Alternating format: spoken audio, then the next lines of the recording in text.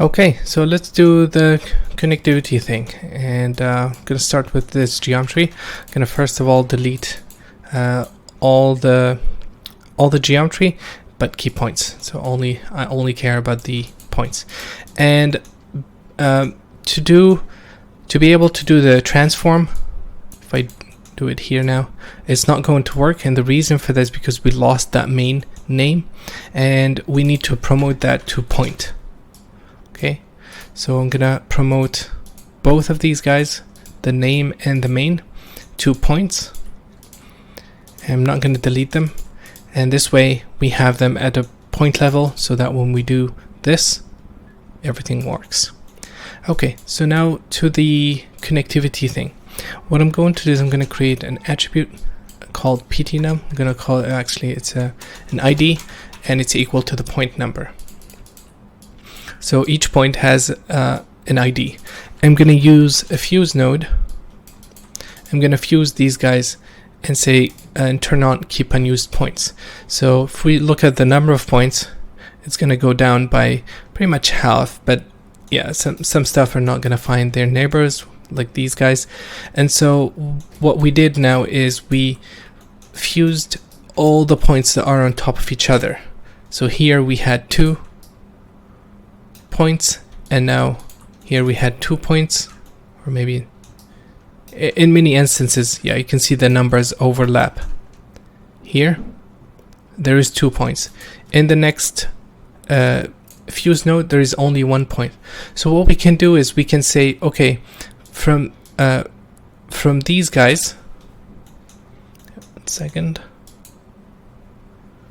we can say from these points, each one of these guys, go find the nearest point inside this. And what's going to happen is this point is going to find this, and then this point is going to find this as well. But one of them is not the same, and we can identify that using the ID. So one of these guys got removed, okay? And the lookup, the near point lookup, is going to return the other point, basically. So let's do it. It's very, very basic. I'm gonna say what's the nearest point, and that's gonna be near. I'm gonna call it the near PT. I'm gonna use the near point expression, and I'm gonna say what's the nearest point of the first input at the P location, and this is going to return an ID attribute. It's going to return it's going to return an ID attribute. And this is what we can use to connect the points.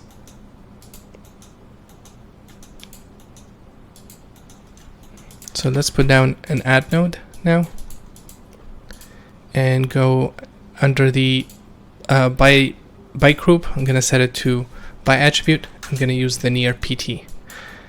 And now we have made primitives between these points, between the neighboring.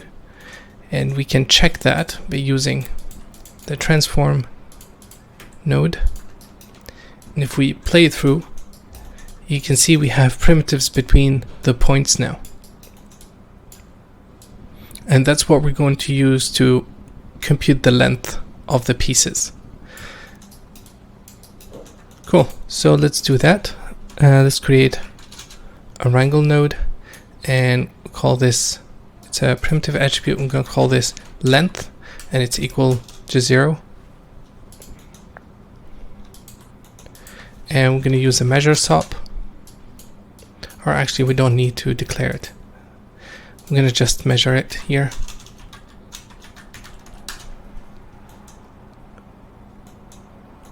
And let me check. Yeah, we're going to measure the length, and let's use a color node. And I'm going to use a ramp from color, and it's a primitive attribute. I want to visualize this length. And you can see already it's 0 where it should be, and as it starts stretching, we can see it's becoming white. And we can do something like this, for example.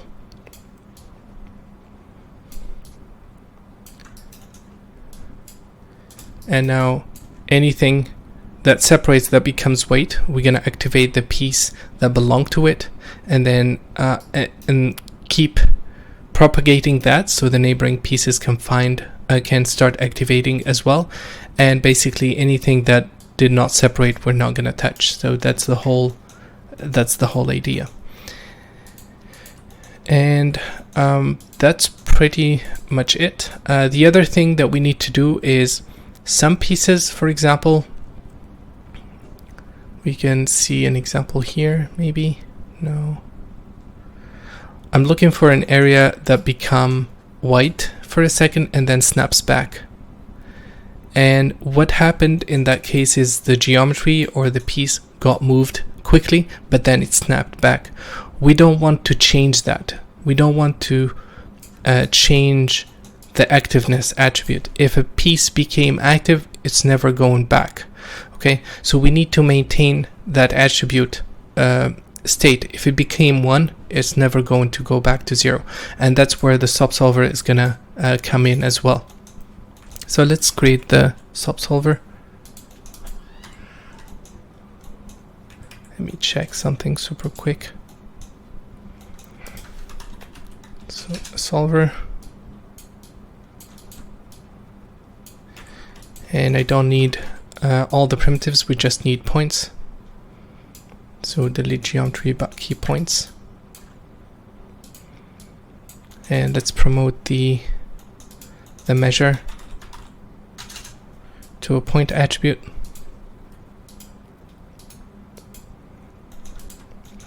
And let's do the color based on that. Okay, so now when I remove it, you can see the edge there, and that's what we want to propagate. We want to take that white color and propagate it to the neighboring geometry. As you can see, one piece has a lot of points, and we're gonna flag it if 1 point from that piece becomes white, it's gonna activate, because with packed primitives we only need 1 point, but for now we're using all the points of the geometry. So let's build the subsolver to propagate the data and maintain the activeness attribute. Let's create an attribute transfer, or maybe I should copy it. Yeah, it's fine. Let's do a transfer. We want to transfer to here from the previous frame, but not everything. We want to isolate only the things that have white color on them. So cd.x is less than 0.3, and not this, and let's set this to 0.25. Okay, let's go back up, let's hit play, and there we go. It is propagating and activating, but it's too much. It's eating away everything at the moment. Not sure why it's snapping back. I have a solution for that, I think. Let's check.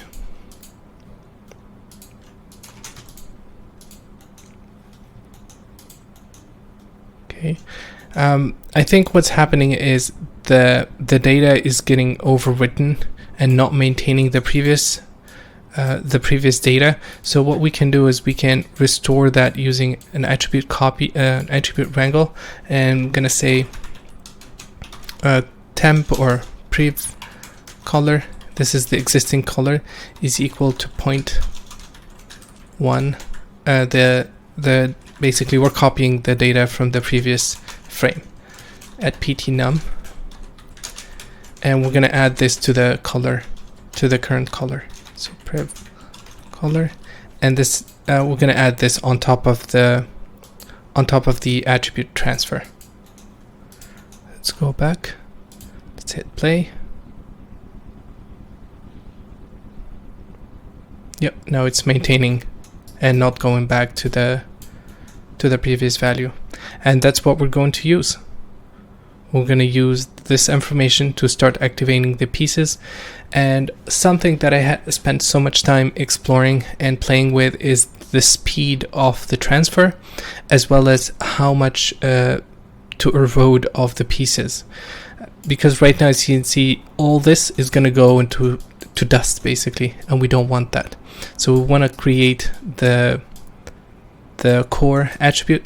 We can go back to the cost attribute and use that, but to tell you the truth, I didn't use that in the main sim, but it's a useful attribute. I think I used it, cannot remember exactly, but a simpler way to protect the shell is by using this. So let me do it quickly. I'm gonna use attribute transfer. Sorry, things are getting overwhelming. So I'm gonna isolate the inside faces of the original geometry.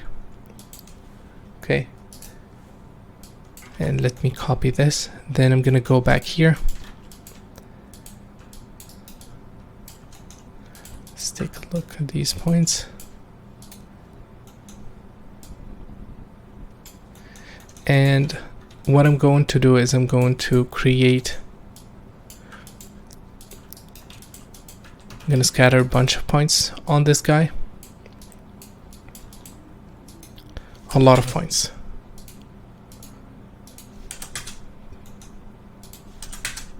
Like that. And I'm going to set a color attribute on these guys, give them a red color. And let me delete the geometry but keep points. I don't know why I'm not seeing. Yeah, we need points to visualize this. And this is the inside faces. I'm gonna give them a red color, and I'm gonna transfer that. Attribute transfer, CD, and this is what I'm going to use to protect the core of the geometry. Anything that is not inside, that is not this, I'm not gonna touch at all. And so let's create a limit attribute like we did before. F at limit is equal v at cd.x, and let's set the color back to white, or delete the color. I don't need the attribute.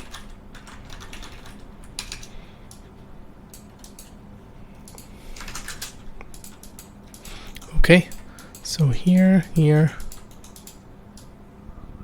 and let's add wrangle node and v at cd multiply by limit, and that's going to be our stop data. Let's hit play, and nothing's happening. Let's see why.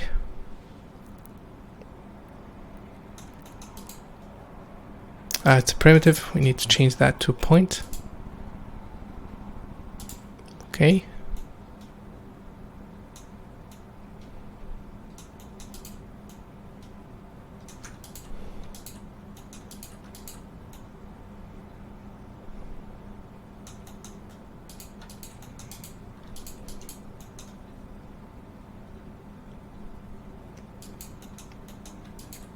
Let's see, why is this not working?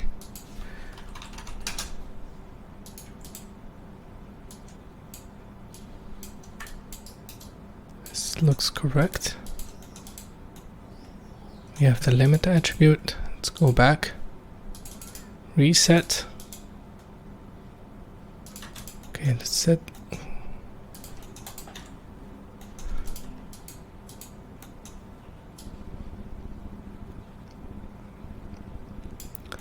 Okay, it looks like the deletion of the color maybe messed this up.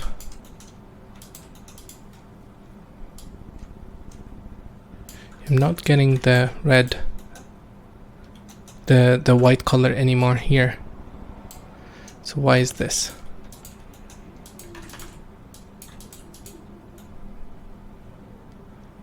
We have the length attribute.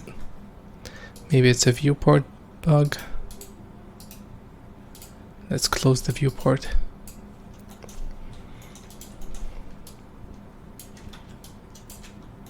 Okay.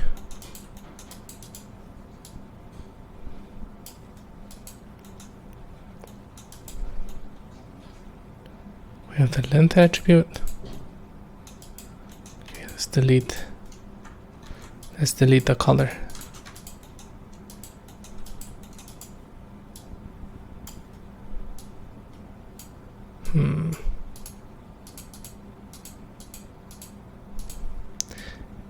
I'm not sure what happened. Let's see. Pardon me. Maiden attribute. Okay, let's do it here.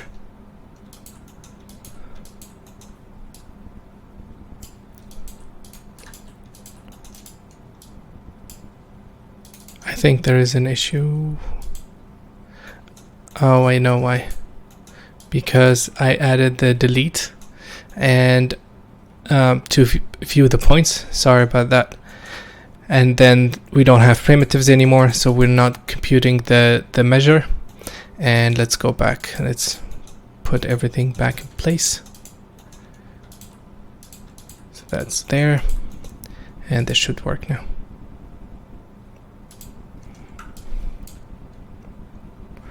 And let's hide all. As you can see now, we have a core and it's not changing at all. We're maintaining that. And this is something that we have to play with. I don't have any magic rule as to how much we need to go inside the pieces. It's just that this is the limit. Also, the propagation right now is too high. The transfer is too much. I don't want to be activating any of these guys at all. So we need to lower the transfer between the geometry. And let's do that here. Let's reduce the amount. Yeah, this is too high. Let me check the original value I did. Yeah, it's 0.25, the one I used. It just adds a tiny bit of propagation. You can see there. Just a tiny bit, that's all. But again, it's really up to you if you want to have the entire geometry start to crumble and fall apart. It's really, really easy to do that.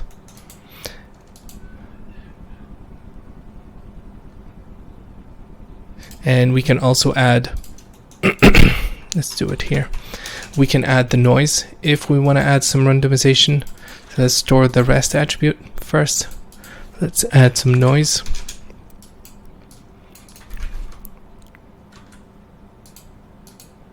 Come on.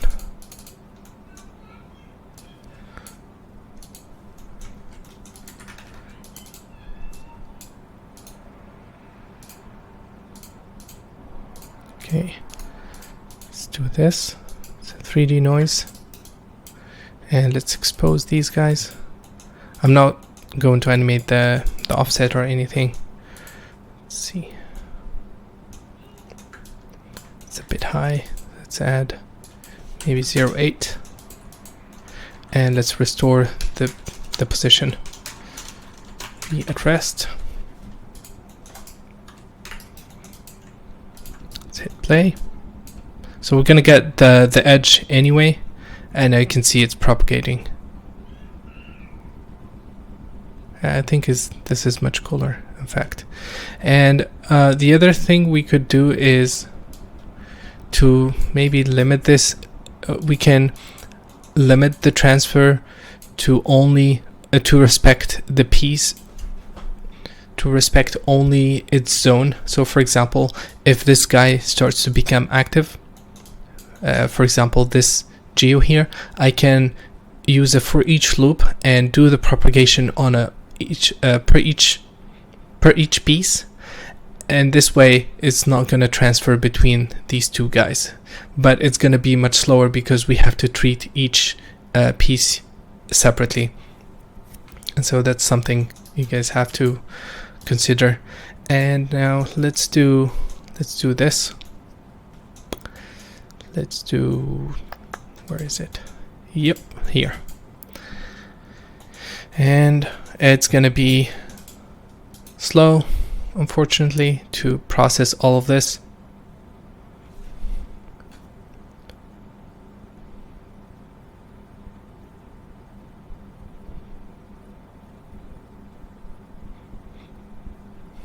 Okay, and I'm gonna hit play. It's gonna be slow to create. The slowest part is creating the primitives between the points and computing the measure. I think everything else is very, very light.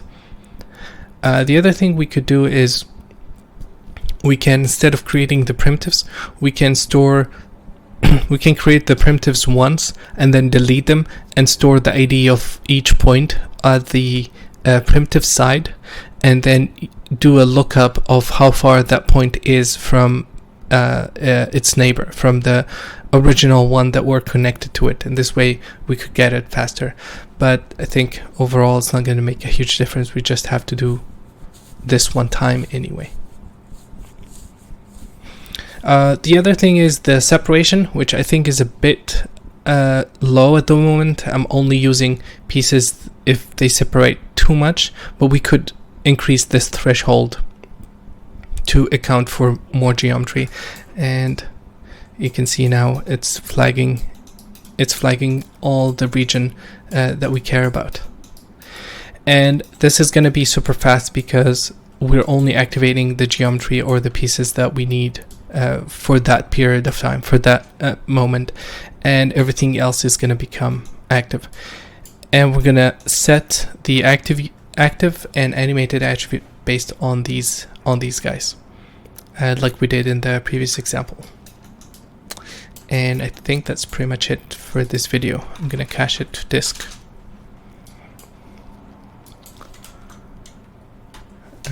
That's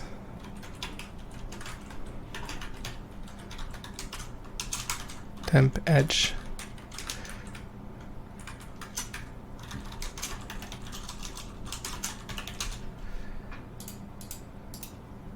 I'm going to cache 140 frames, and we'll continue in the next video.